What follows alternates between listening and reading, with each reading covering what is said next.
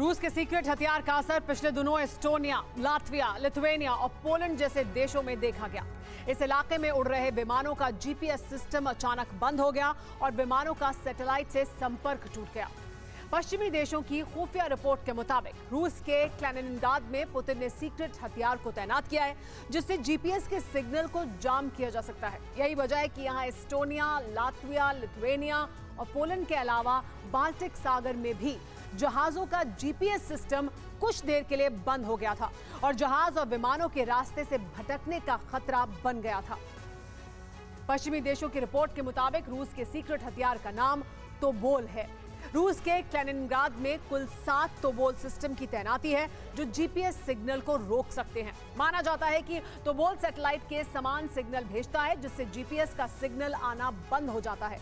GPS signal खत्म होने की वजह से समंदर में जहाजों में टक्कर हो सकती है, विमान रास्ता भटक सकते हैं और हादसे हो सकते हैं।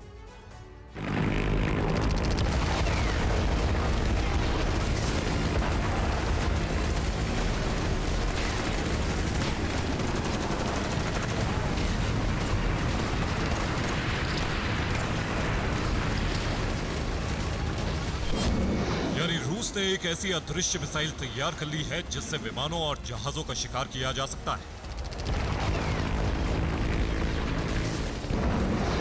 पुतिन के सीक्रेट हथियार को लेकर सिर्फ दावे किए जा रहे हैं। ये तो बोल है या फिर कोई नया हथियार, ये कोई नहीं जानता है। हालांकि रूस के एक ताकतवर मिसाइल को भी युद्ध में उतारने की तैयारी कर ली गई है। इस मिसाइल का नाम है ज़देलिया 305। मिसाइल सटीक और ताकतवर प्रहार करने में सक्षम है। ये टैंक के मजबूत आर्मर को भेदने में सक्षम है। आर्टिलरी और एयर डिफेंस को भस्म करने की ताकत रखता है। इस ज़देलिया 305 को युद्ध में उतारने का खास मकसद यूक्रेन के तमाम हथियार डिपो को खत्म करना है। हालांकि कुछ वॉर एक्सपर्ट्स का मानना है कि रूस सिर्फ इस मिसाइल की ताकत को परख रहा है। इस ज़देलिया 305 का इस्तेमाल नाटो के एयर बेस को उड़ाने के लिए किया जा सकता है।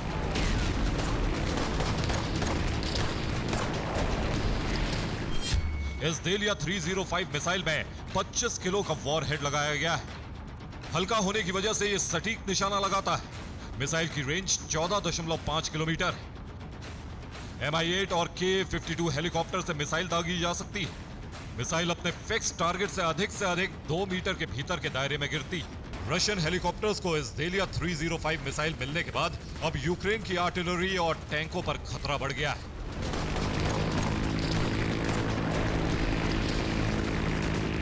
अभी तक रूस यूक्रेन के हथियार के गोदामों को भस्म करने के लिए कामिकाज़ी ड्रोन का इस्तेमाल कर रहा था, लेकिन अब युद्ध भूमि में हर हमले को कामयाब बनाने के लिए इस ज़देलिया 305 मिसाइल को लाया गया है। घातक हथियारों के एंट्री के बीच एक बार फिर नाटो के लिए रूस से परमाणु हमले की धमकी आई। पुतिन के एक समर्थक ने सरकार से नाटो के तमाम एयरबेस को परमाणु हथियारों से उड़ाने की अपील की। हालांकि नाटो के लिए यह बात नई नहीं, क्योंकि जब भी यूक्रेन को मदद देने का मिशन शुरू होता है तो रूस की तरफ से दुनिया को परमाणु हथियारों का डर दिखाया जाता है। फिलहाल नाटो देशों के लिए रूस के परमाणु हथियार नहीं बल्कि वो सीक्रेट हथियार टेंशन की सबसे बड़ी वजह है, जिसकी वजह से कभी भी सैटेलाइट सिग्नल जाम किए जा सकते हैं। फिलहाल रूस के पड़ोसी एस्टोनिया और पोलैंड जैसे देशों ने रूस के हमलों के डर से अपनी तैयारियां और तेज कर दी हैं। एस्टोनिया की आर्मी ने सीमा पर बंकर बनाने का काम तेज कर दिया है, तो वहीं पोलैंड ने रूस की सीमा के करीब विमानों को सतर्क रहने का निर्देश दिया है। Bureau report, TV9 Bharatvarsh. मार्च 2024 यानी अगले महीने रूस में राष्ट्रपति चुनाव होने वाले हैं। लिहाजा चुनाव से पहले प्रेसिडेंट पुतिन ने अपना मैनिफेस्टो रिलीज कर दिया है और जानते हैं, पुतिन के घोषणा पत्र में लोक लुभावन वादे नहीं बल्कि एक मुल्क के बड़े हिस्से पर कब्जे का प्लान है। जी हां, मार्च 2024 खत्म होने से पहले पूर्वी यूक्रेन पर रूस का झंडा लहराएगा। खार्किव से डोनेत्स्क तक का इलाका रूसी साम्राज्य बन जाएगा और इसी कड़ी में रूस का अगला टारगेट कुपियांस्क है, जहां रक्तपात के लिए पुतिन ने 40,000 कमांडो की फौज भेजी है। आखिर क्या पुतिन का नया एजेंडा है, देखिए।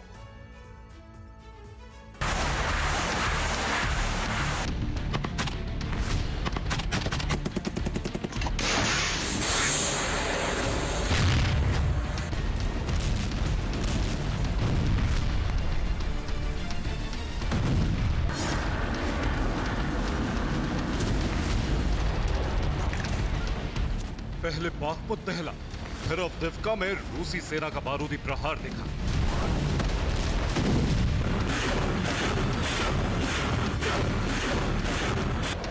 मगर अब पुतिन ब्रिगेड के टारगेट पर ईस्टर्न यूक्रेन का वो इलाका है जिस पर हमले और फिर कब्जे के साथ ही रूसी ब्रिगेड का दबदबा यूक्रेन पर बढ़ जाएगा।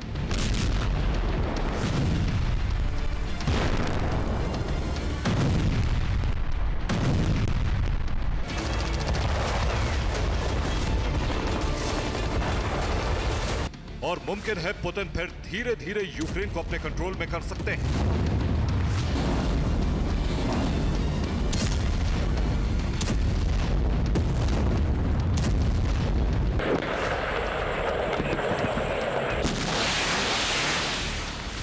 जी हां, बाखमुत अवदिव्का पर अटैक तो हो चुका है, मगर अगले 24 घंटे में यूक्रेन के कुपियांस्क इलाका बारूदी कोहराम से दहल उठेगा।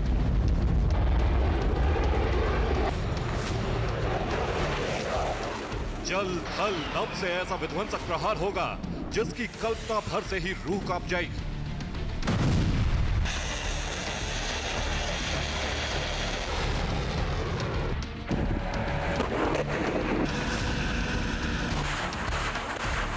दरअसल बेलगोरोद रीजन में यूक्रेनी डिफेंस ने रूस के IL-76 ट्रांसपोर्ट विमान को उड़ाया। बस इसी के बाद से पुतिन का माथा ठनका हुआ है।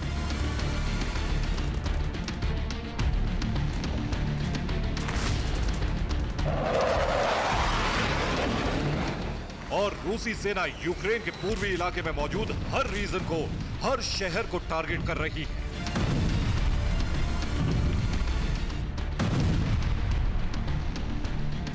इसी कड़ी में अगला नंबर कुपियांस्क का है।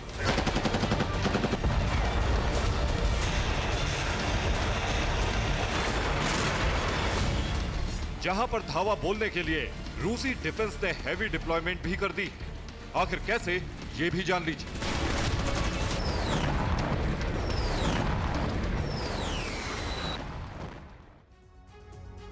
रूसी बॉर्डर से महज 45 किलोमीटर की दूरी पर मौजूद है पूर्वी यूक्रेन का कुपियांस्क शहर, जिसे दहलाने के लिए रशियन डिफेंस ने हैवी डिप्लॉयमेंट तक कर दी है। जी हां, रूसी सेना के करीब 500 टैंक कुपियांस्क बॉर्डर के पास तैनात कर दिए गए हैं। इसके अलावा करीब 600 आर्मर्ड फाइटिंग व्हीकल भी कुपियांस्क की तरफ कूच करने वाले हैं। इतना ही नहीं, रशियन आर्मी के करीब 350 आर्टिलरी, जिसमें हॉवित्जर तोपें और रॉकेट लॉन्चर शामिल हैं, उनका इस्तेमाल भी कुपियांस्क को बारूद से दहलाने के लिए किया जाएगा। वहीं रूसी ब्रिगेड के करीब 40,000 से ज्यादा ट्रूप्स कुपियांस्क में दाखिल होने के लिए और आर पार की जंग के लिए डिप्लॉय किए गए हैं।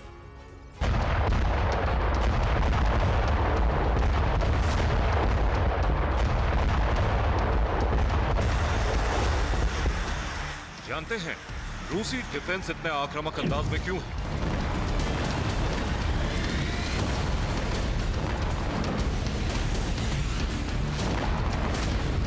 क्यों पुतिन ने कुपियांस्क को दहलाने के लिए इतनी बड़ी सैन्य डिप्लॉयमेंट की?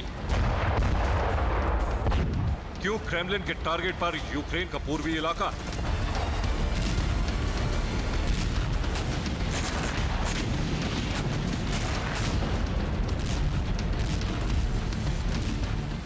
तो आपको बता दें, इसकी वजह है मार्च में होने वाले राष्ट्रपति चुनाव।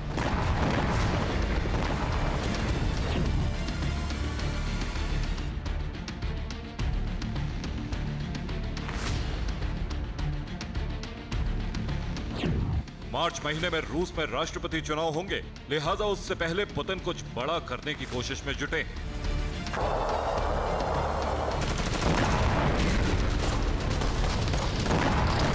शायद यही वजह है कि मार्च से पहले पुतिन ने पूर्वी यूक्रेन को जीतने की खास रणनीति बनाई है।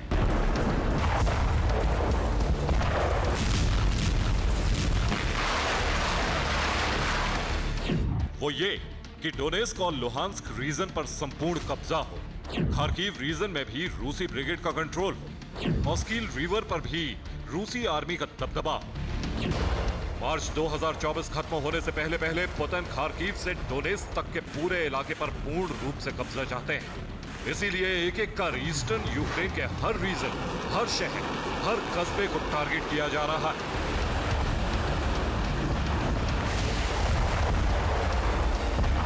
भीषण प्रहार से टहलाया जा रहा है ताकि आगामी चुनावों में पुतिन का पलड़ा भारी हो।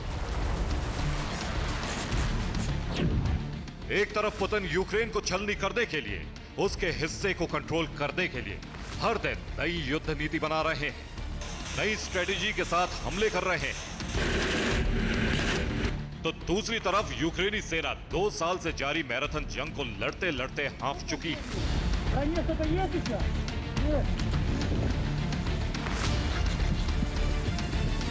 खुद ज़ेलेंस्की ये मान चुके हैं कि अब यूक्रेनी फौज के पास ग्राउंड ऑपरेशन की ताकत नहीं बची है। हैरानी इस बात की है कि मौजूदा वक्त में यूक्रेनी फोर्स बेहद मुश्किल वक्त से गुजर रही है।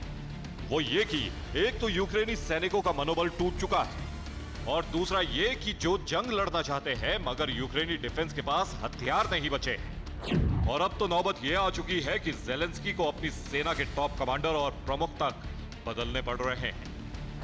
आपको बता दें कि यूक्रेनी प्रेसिडेंट ज़ेलेंस्की ने एक चैनल को दिए इंटरव्यू में यह बताया है कि जल्द यूक्रेनी सरकार की कैबिनेट में बदलाव किया जाएगा। यूक्रेनी मिलिट्री विंग की लीडरशिप भी बदली जाएगी। यूक्रेन आर्म फोर्स के कमांडर इन चीफ भी बदले जाएंगे। दरअसल बैटल ग्राउंड में बैकफुट पर जा रही यूक्रेनी सेना को संभालने के लिए ज़ेलेंस्की बड़ा दांव खेल रहे हैं ताकि नया कमांडर नई रणनीति के साथ जंग लड़े और रूस ब्रिगेड का सामना कर सके।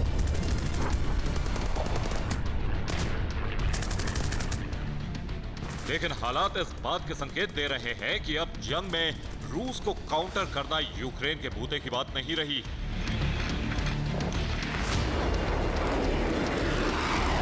Bureau report, TV9 Bharat. रूस के इलाकों में यूक्रेन के हमलों के बाद पुतिन की फौज बेहद आक्रामक हो गई है। रूस ने यूक्रेन के ड्रोन हमलों का विध्वंसक जवाब दिया। यूक्रेन के पास हथियारों की बेहद कमी हो गई है क्योंकि रूस ने यूक्रेन के हथियारों को बड़ी तादाद में तबाह कर दिया है। ऐसे में ज़ेलेंस्की को हार का डर सताने लगा है। लेकिन अमेरिका ने यूक्रेन को 118 अरब डॉलर की नई मदद देकर ज़ेलेंस्की को फिलहाल राहत दे दी है। अब सवाल है कि क्या छापामार हमलों से यूक्रेन हार के संकट को ज्यादा देर तक टाल पाएगा। यूक्रेन और रूस की जंग में न बारूद की बौछार थम रही है, न एक दूसरे के इलाकों में प्रहार।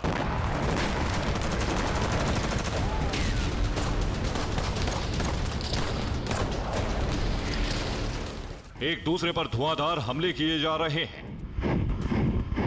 रूस के विध्वंसक बारूदी ऑपरेशन का सामना करने के लिए यूक्रेन ने अपनी सारी ताकत लगा दी।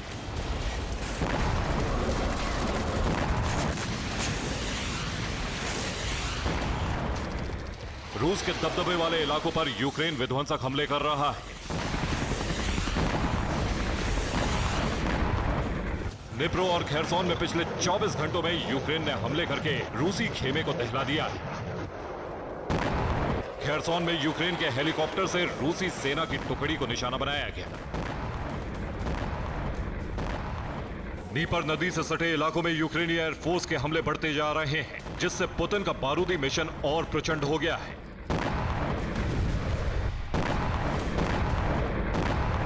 रूसी रक्षा मंत्रालय के मुताबिक खेरसोन प्रांत में नीपर नदी के किनारे पुतिन की फोर्स ने यूक्रेन के कई सैन्य ठिकाने तबाह कर डाले। नीपर नदी के आसपास वाले इलाकों में जंग भीषण हो गई है। यूक्रेन के क्रिंकी जैसे पोलैंड से सटे इलाकों में भी भीषण बारूदी विस्फोट हो रहे हैं।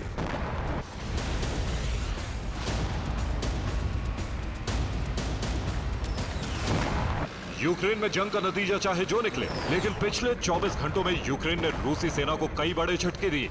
अब दिफ्का में यूक्रेन की फोर्स ने हमला करके रूस के आर्म्ड व्हीकल को तबाह कर डाला। यूक्रेन की 116वीं मैकेनाइज्ड ब्रिगेड के इस हमले में रूसी आर्म्ड व्हीकल खाक हो जाने से रूसी सेना के विजय अभियान को चुनौती दी गई। मौका मिलने पर यूक्रेनी टैंक रूसी सेना के ठिकानों पर गोले बरसाने से नहीं चूक रहे हैं।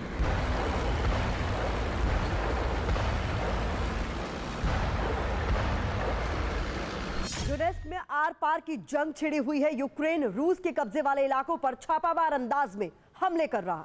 जमीन से लेकर आसमान तक यूक्रेन के सामने बड़ी चुनौती है। ऐसे में जेलेंस्की की फोर्स ने ड्रोन से भी हमले बढ़ा दिए हैं।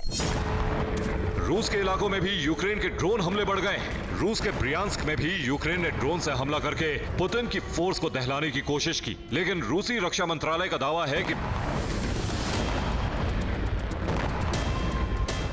ब्रियांस्क में रशियन एयर डिफेंस ने 4 यूक्रेनी ड्रोन को मार गिराया।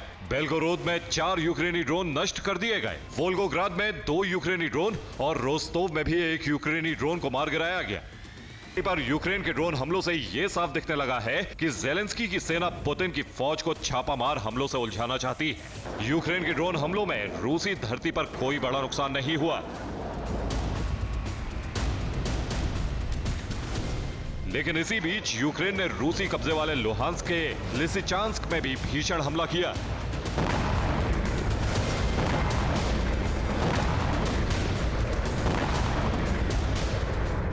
दावा किया जा रहा है कि रूसी कब्जे वाली जमीन पर इस बेकरी पर हुए हमले में यूक्रेन ने हाइमार्स मल्टी लॉन्च रॉकेट सिस्टम का इस्तेमाल किया, जो अमेरिका का ताकतवर हथियार माना जाता है। लिसिचांस्क में बेकरी पर हुए हमले में 28 लोगों की मौत हो गई, जिसकी रूसी प्रशासन ने काफी निंदा की। 28 человек нам спасти не удалось. Среди них беременная женщина. लिसिचांस्क में यूक्रेन के हमले को तो रूस नहीं रोक पाया, लेकिन रूस के मजबूत एयर डिफेंस सिस्टम की वजह से यूक्रेन सेना के ड्रोन और अन्य हथियार बड़ी संख्या में नष्ट हो गए। रूसी रक्षा मंत्रालय के दावे के मुताबिक युद्ध के बाद से अब तक यूक्रेन के 11,775 ड्रोन, 568 विमान, 265 हेलीकॉप्टर, 462 विमान रोधी हथियार प्रणाली, 14,904 टैंक और अन्य बख्तरबंद वाहन और 1,216 मल्टीपल लॉन्च रॉकेट सिस्टम नष्ट कर दिए गए हैं। इस बीच पिछले 48 घंटों में रूस के सुखोई फाइटर जेट ने डोनेस्क में यूक्रेन के कई मजबूत गढ़ों को तबाह कर डाला।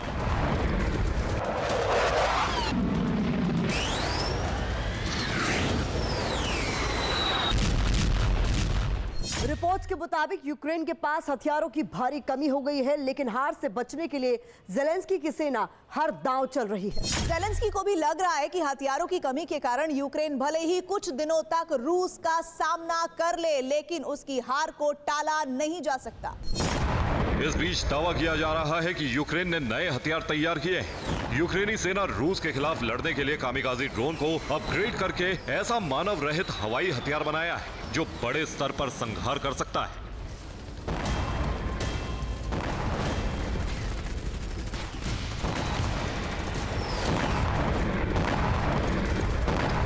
कहा जा रहा है कि यूक्रेन का यह नया हथियार आकार में फुटबॉल से बड़ा नहीं होगा, लेकिन इससे होने वाला विस्फोट और नुकसान काफी बड़ा होगा। Bureau report, TV9 Bharat 1। पिछले 4 दिनों से चिली के जंगलों में भयानक आग लगी हुई है। हालात ऐसे हैं कि प्रेसिडेंट को इमरजेंसी घोषित करनी पड़ी है। लगातार आग बुझाने की कोशिश की जा रही है, लेकिन अभी भी 40 से ज्यादा जंगलों में आग लगी हुई है।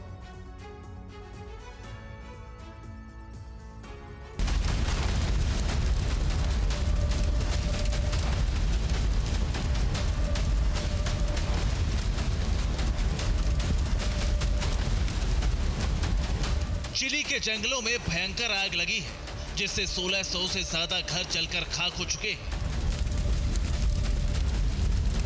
हालात इतने खौफनाक हो चुके हैं कि चिली के प्रेसिडेंट गैब्रियल बोरिस ने इमरजेंसी घोषित कर दी है। इसके अलावा रेड अलर्ट जारी कर दिया है। जल्द से जल्द जंगलों से करीब 20 किलोमीटर के इलाके को खाली कराने के लिए कहा गया है।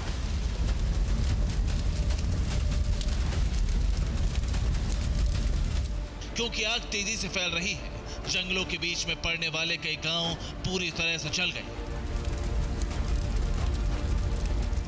साउथ अमेरिका के जंगलों में लगी ये आग अभी तक की सबसे भीषण आग बताई जा रही है।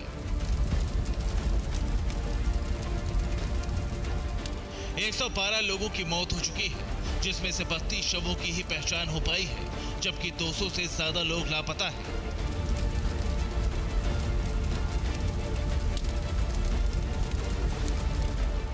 इस वक्त 40 अलग अलग इलाकों में आग लगी हुई है। इसके अलावा जंगलों के पास पड़ने वाले शहर धुएं से भर गए हैं। लोगों को सांस लेने में तकलीफ हो रही है। कई इलाकों में तापमान तेजी से बढ़ रहा है, जिससे लोग घर छोड़कर जा रहे हैं। बताया जा रहा है अभी तक 43,000 हेक्टेयर जमीन जल चुकी है। पिछले 4 दिनों से आग लगी हुई है।